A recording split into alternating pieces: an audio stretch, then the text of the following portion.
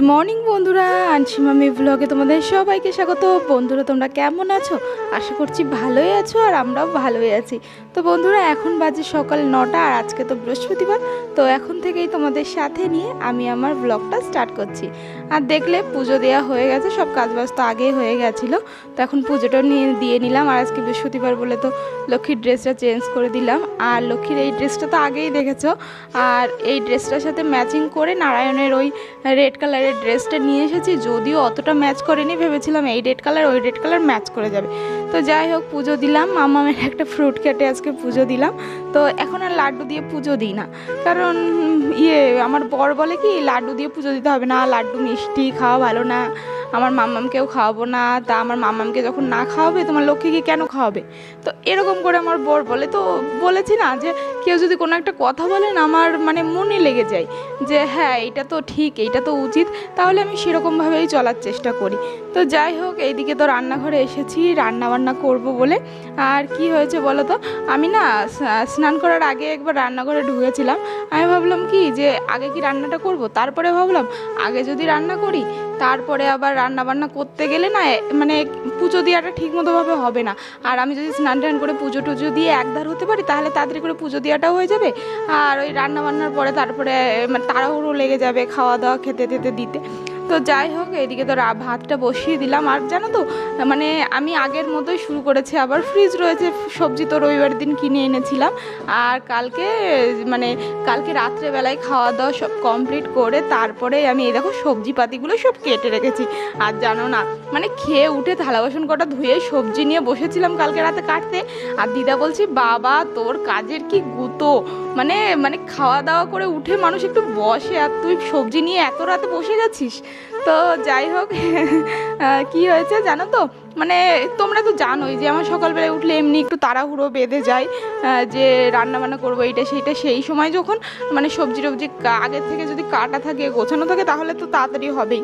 তো যাই হোক, এইদিকে দেখো আমি এই যে গাজর ভাজাটা বসিয়ে দিয়েছি। আর এইদিকে দেখো এই যে সবজিটা এখানে আমি ধুয়ে নিচ্ছি। আর দেখেছো আলুগুলো একটু কালচে কালচে হয়ে গেছে, কারণ কালকে কেটে রেখেছিলাম, কালকে কেটে না জলের মধ্যে দিইনি। মানে এইটাই ভুল হয়ে গেছে, জলের মধ্যে যদি দিয়ে রাখতাম তাহলে আর আলুটা কালচে হতো না। তো এইগুলো আমি আগে খেয়াল করতাম, কিন্তু কালকে আর খেয়াল নেই। কী বলো তো, কাজ বাজ বেড়ে গেছে, তারপরে না টাইমের সাথে কুলিয়ে পাচ্ছি না, আর নিজের শরীরের সাথেও পাচ্ছি না। মাঝে মাঝে কিছু কিছু জিনিস না মানে খেয়াল থাকে না। তো যাই হোক, এইদিকে তো সবজিগুলো ধোয়া হয়ে গেছে। আর এই পুঁই শাক, তারপরে কুমড়ো, মানে পুঁই শাকটা এনেইছিলাম, ভেবেছিলাম বৃহস্পতিবারে তো নিরামিষ হবে, তো তখন ঘ্যাট রান্না করবো, তো আজকে তো ঘ্যাট রান্না করছি। আর এই দেখো আমার এই যে গাজর ভাজাটাও কমপ্লিট হয়ে গেছে। আর কি হয়েছে জানো তো, মানে বাড়ি থেকে, আমাদের বাড়ি তো বড়ি কেউ খায় না, আমাদের বাড়ি বড়ি দেয় শুধু আমাদের জন্যে, মানে আমি ভালো খাই, আমার বর ভালো খায়। তো বাড়ি কয়েকটা বড়ি ছিল আগের বছরের, তো সেই বড়িগুলো না আমাকে নিয়ে আসতে বলেছিল। আমার না বড়ি আনতে খেয়ালই নেই, ঘ্যাটের মধ্যে দিলে কি ভালো লাগে না বলো। যাই হোক, এইদিকে তোমার রান্নাটাও কমপ্লিট হয়ে গেছে। আর আজকে ঘ্যাটটা জানো তো এত সুন্দর হয়েছিল না, কি যে বলবো। তো যাই হোক, এইদিকে দেখো আমরা তো খাওয়া দাওয়া করবো, কিন্তু মামামকে এখন খাওয়াবো না, কারণ মামাম সকালে খেয়েছে। খাওয়া দাওয়া করে থালা বাসন ধুয়ে টুয়ে এই যে মামামের জল গরম করছে। তোমাদের বললাম না এখন মেঘলা মেঘলা ওয়েদার, ট্যাঙ্কির জলটা গরম হচ্ছে না, সেই জন্য গরম জল করে মামামকে স্নান করাতে হচ্ছে। ঠাকুর তুমি ভালো থাকো, আমাকে প্রসাদ দাও। হ্যাঁ তাই বলছি আমি, ঠাকুর তুমি ভালো থাকো আমাকে প্রসাদ দাও। কি কথা শিখেছে। সব থালাটা নিচে নামাতে হয়, আগে বলেছি, মনে থাকে না তোমার? থালাটা আগে নিচে নামাতে হয়। থালাটা নিচে নামাও ধরে, তারপরে প্রসাদগুলো উঠিয়ে নিয়ে চলে আসো। ঠাকুরকে বলেছো তুমি খেয়েছো? ওই তো ঠাকুরকে তুমি জিজ্ঞাসা করো। হ্যাঁ হ্যাঁ খেয়েছে, নিজেই প্রশ্ন করে আবার নিজেই উত্তর দেয়। হয়ে গেছে, চলে আসো, চলে আসো, ওঠো ওঠো। এই তো উঠতে পারছো না, আরে চলো আসো। মামা এদিকে আসো, খাবা? এখানে বসো, এখানে বসো, খেতে হবে এখন। স্নান টান করিয়ে খাইয়ে দাইয়ে মামামকে তো ঘুম পাড়িয়েছিলাম। আজকে জানো তো আমার কি হয়েছে জানি কি, আমার একটুও ঘুম আসেনি। তো যাই হোক কোনো মতে তো ঘুমানোর চেষ্টা করেছিলাম, যে কত খাটনি হয়, তারপরে রাত্রে ঘুমাতেও এখন না অনেক লেট হচ্ছে, 12টা 1টা প্রায় বেজেই যাচ্ছে। তো যাই হোক এইদিকে দেখো ঘুম থেকে উঠে দেখো মামামকে নিয়ে গেছিলাম পাশের রুমে দুধ আনতে। ও কি ঠান্ডা, বাচ্চা আমাকে আন্টি আমাকে ঠান্ডা দিয়ে দিচ্ছে।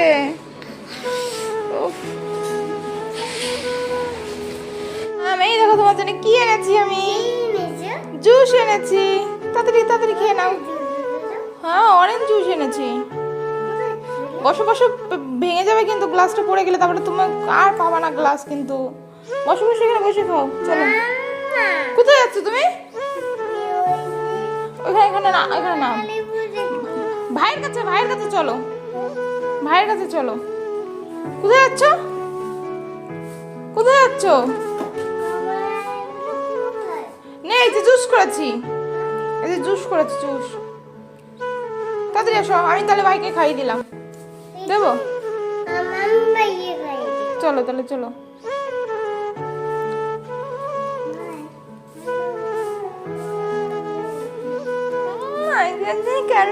আস্তে আস্তে আস্তে আস্তে পড়ে যাবে না ভাইয়ের গায়ে। না দেখি আমি খাই দিই, ভাই খেয়ে নিয়ে যাবা, তুমি খাও, এটুকু তোমার, তোমার একটু তুমি খাও। জানো তো বন্ধুরা, আমি প্রায় সব কাজেই মামামকে না ইনভলভ করার চেষ্টা করি যতটা সম্ভব, মানে যেই কাজগুলো মামাম পারবে সেই কাজগুলোই। কারণ এখন তো মানে আমরা ছোটোবেলায় যেমন খেলাধুলো করেছি বাচ্চাদের সাথে, আর এখন তো বাচ্চারা সেরকম হচ্ছে না, এর জন্য ফোন নিয়েই পড়ে থাকে। আর কাজের মধ্যে থাকলে বাচ্চারা একটু টাইম পাসও হয়, তারপরে কাজটাও শেখে, বাচ্চাদের ভালোও লাগে। তো সেই জন্য দেখলে না দুধ আনতে গেলাম, তারপরে জামাকাপড় যখন মেলতে যাই তখন জামাকাপড় মামামকে আমাকে হেল্প করতে বলি। তো যাই হোক এরকম করেই মামামকে ছোটোবেলার থেকে আমি এই মানে কাজগুলোও শিখে যাচ্ছে মাম্মাম। আর জানো তো একটা অবাক করা বিষয় কি, আমি এখনও মানে আমি ছোটোবেলায় মাম্মামের বয়সে তো দূরে থাক, বিয়ের আগে পর্যন্ত সেরকম খুব একটা সবজির নাম জানতাম না, খুব একটা ফোড়নের নাম জানতাম না, অনেক কিছুই জানতাম না, যেগুলো আমার মাম্মাম এই বয়সেই পারে। মানে আমি না সত্যিই খুব অবাক হয়ে গেছি আজকে। কি হয়েছে বলো তো, আমি তেলের মধ্যে না কালো জিরে দিয়ে গরম করেছিলাম। তো সেই তেলের মধ্যে কালো জিরে দিয়ে আমার মাম্মাম বলছে, মাম্মি এটা কালো জিরে। মানে আমি ফোড়ন তো দূরে থাক, মানে মাছ সবজি এগুলোও ভালো করে বিয়ের আগে পর্যন্ত চিনতাম না, আর এইটুকু বয়সে আমার মাম্মাম ফোড়নের জিনিসগুলোও চিনে গেছে বাবা। মানে সব কিছু বলতে পারে মোটামুটি, যেগুলো চোখের সামনে দেখে। কারণ কি বলো তো, ওই ছোটোবেলায় কোলে নিয়ে মামামকে কোলে নিয়ে রান্না করেছি, সব কিছু করেছি। তো যাই হোক এইদিকে দেখো মাম্মামকে তো আমি মানে ওইদিকে ভাতটা বসিয়েছি, কেন বলো তো, কারণ আমি তো এখন বেরিয়ে যাব, আর আমার বর হলো মানে সন্ধ্যার পর তো আগের দিন দেখলে খেয়ে নেয়। আমার বর ওই দিন বলছে যে আমার না রাত্রেবেলা খেলে খাবারটা হজম হচ্ছে না, আমি সন্ধ্যার পর খাবো। দুপুরের ঘ্যাটটা রয়েছে, সবজি মানে ওই গাজর ভাজাটা রয়েছে, সেই জন্য আমার বর বলছে যে ওইগুলো দিয়ে আর রান্না করা লাগবে না, তাহলে কটা ভাত রান্না করো, আজকে রুটি খাবো না, আজকে ভাত খাবো। সেই জন্যই ভাতটা বসিয়ে দিয়েছি। আর কি বলো তো, এই 2 দিন ধরে ভালো হচ্ছে, কালকে দেখলে আর আজকেও দেখলে যে হলো মানে আমার আর বিকালে রান্না করতে হচ্ছে না। আর না হলে জানো তো আগে যেই কয়দিন গিয়েছি না, বিকালবেলায় রান্না করে রেখে তারপরে যেতে হয়েছিল। আর এইদিকে দেখো আমার মামামকে আজকে কি সুন্দর হেয়ার স্টাইল করে দিয়েছি, এরকম হেয়ার স্টাইল আগেও কয়েকবার করেছি। আমার মামামের মাথায় না এই হেয়ার স্টাইলটা আমার খুব ভালো লাগে। আর মামামের জন্য তো দুধ গরম করেছিলাম, এতক্ষণে দুধটা তো ঠান্ডা হয়েও গেছে, সেই জন্য মামামকে নিয়ে আসলাম। মামামকে একটু দিলাম, দিদাকে একটু দিলাম। দিদা তো দুপুরে খায়নি, মানে আমরা তো দুপুরে কেউই খাইনি। তো দিদাকে বললাম দুপুরে তো কিচ্ছু খাওনি, তাহলে দুধটা খাও। ওই যে খাবো না পরে খাবো এই করে আর দিদার খাওয়া হয় না। তো যাই হোক এইদিকে তো আমি বেরিয়ে পড়লাম। আর আজকেও আকাশে খুব পরিমাণে মেঘ, ভেবেছি একটু তাড়াতাড়ি যাব, কিন্তু আমার বর একটুখানি মার্কেটে গেছিলো, তো সেই জন্য না আস্তে আস্তে দেরি হয়ে গেছে, সেই জন্যই দেরি হলো। যদিও আজকে মানে 5:45-র দিকে যাচ্ছি ঠিকই, কিন্তু এখনও না বৃষ্টি হয়নি। আগের দিন তো এর আগে বৃষ্টি শুরু হয়ে গেল। আর আজকে তো মাম্মাম তো মানে খেলায় মত্ত ছিল তো বাইরে ওর বন্ধুদের সাথে, সেই জন্যে আমাকে দেখেছো কি সুন্দরভাবে বাই টাটা দিল। আর না হলে অতদিন তো আমাকে ছাড়তেই চায় না আমার সাথে, আমাকে বলে মাম্মি আমিও যাবো ডাক্তারের কাছে, আমার পেটে ব্যথা হয়েছে, আমার ঠান্ডা লেগেছে, আমাকে ইঞ্জেকশন দিতে হবে। তো যাই হোক এদিকে বেরিয়েছি, আর ভাবছি যে আকাশের অবস্থাটা কী বাবারে। আর কী হয়েছিল জানো তো, মানে আজকে আমি গেছি তো ক্লিনিকে, একা ডাক্তারি করতে হয়েছে আজকে, দাদা তো নেই, দাদা যে কবে আসবে তার ঠিক নেই। আর এদিকে দেখেছো আকাশের অবস্থাটা কি। আর মানে আজকে আমি গেছি, মানে যাওয়ার আধা ঘন্টা পর থেকে যে হারে বৃষ্টি শুরু হয়েছে, আমি ভাবছি বৃষ্টির মধ্যে মনে হয় আটকেই যেতে হবে। আমার বর কি করে আমাকে নিতে আসবে আর আমি বা কী করে বাড়ি যাব। মানে পুরো মানে যখন আমি এসেছি, আমি 9টার দিকে বাড়ি ফিরেছি, তো 9টার দিকেও টিপ টিপ করে বৃষ্টি পড়ছিল। দেখো হাওয়াও যেমন হচ্ছে, বৃষ্টিও টিপ টিপ করে পড়ছে, কিন্তু বৃষ্টির অতটা বেগ নেই। আমার বর দেখো ওই জিল কাগজের প্যাকেট মাথায় দিয়ে তারপরে আমাকে নিতে এসেছে, যাতে মাথাটা না ভেজে। এমনি তো জামা কাপড় সবই মোটামুটি ভিজেই গেছে।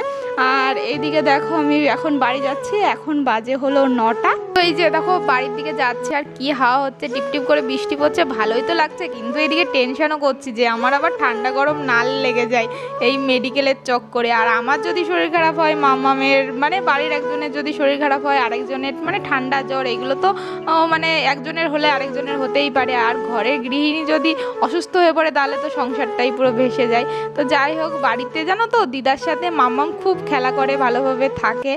আর দিদা মাম্মামকে বলে যে মাম্মি আমাদের জন্য ইঞ্জেকশন আনতে গেছে, আমাদের ইঞ্জেকশন দেবে। মাম্মাম নাকি বলে যে আমাকেও ইঞ্জেকশন দেবে। তো যাই হোক, এরকম করে তো বাড়ি পৌঁছালাম। বাড়ি এসে আমার বর মামামের সাথে দেখো এই যে দুই বাবা মেয়েতে মিলে ক্যারাম খেলছে। আর আজকে তো বৃহস্পতিবার, আমি ঘরটা একটু ভালো করে গুছিয়ে টুছিয়ে একটুখানি তারপরে এই যে সন্ধ্যাটা দিয়ে দিলাম, দিয়ে এখন তো পাঁচালি পরবো। হ্যাঁ, হোক না সন্ধ্যাবেলায় সন্ধ্যা দিতে হয় বা সন্ধ্যাবেলায় পাঁচালি পরতে হয়, কিন্তু আমার তো আর সন্ধ্যাবেলায় সন্ধ্যা দিতে পারি না, কারণ যেহেতু আমি বাইরে থাকি। সেই জন্যে মানে কি বলো তো, ভগবানকে মন থেকে সেবা করো, হচ্ছে যখনই করো যেমনভাবেই করো, মন থেকে যদি ভক্তি ভরে করো না, তো সেটা না ভগবান ঠিকই গ্রহণ করে। তো যাই হোক, আমি তো ভাত রান্না করে রেখে গেছিলাম বরের জন্যে, আর দুপুরের এই যে ঘ্যাটটা ছিল। আর আমি ভেবেছিলাম যে বাড়ি আসবো, আমি আর দিদা মিলে রুটি বানাবো, মানে রুটি বানিয়ে খাবো। আর বর ভাত খাবে, আর কটা ভাত থেকে গেলে মাম্মাম রুটি খাক ভাত খাক যা খাক খাবে। তো সেরকমই ভেবেছিলাম, কিন্তু যা ভাত রান্না করেছিলাম দিদা আর আমার বরের হয়ে গেছে, ওরা খেয়ে নিয়েছিল। আর এদিকে মাম্মামকে এখন খাওয়াবো, আর আমি একার জন্য কি রুটি বানাবো, সেই জন্যে না হোটেল থেকে একটা রুটি আনাতে বলেছি বরকে। তো আমার বর এই যে রুটি এনে দিয়ে গেছে, এখন আমি আর মাম্মাম এই যে এখন খেয়ে নেব। তো যাই হোক বন্ধুরা, আজকের ব্লগটা আমি এইখানে শেষ করছি, আর আশা করছি আজকের ব্লগটাও তোমাদের ভালো লাগবে। তোমাদের সাথে দেখা হবে আমার নেক্সট ব্লগে। বাই বাই বন্ধুরা, ভালো থেকো, সুস্থ থেকো,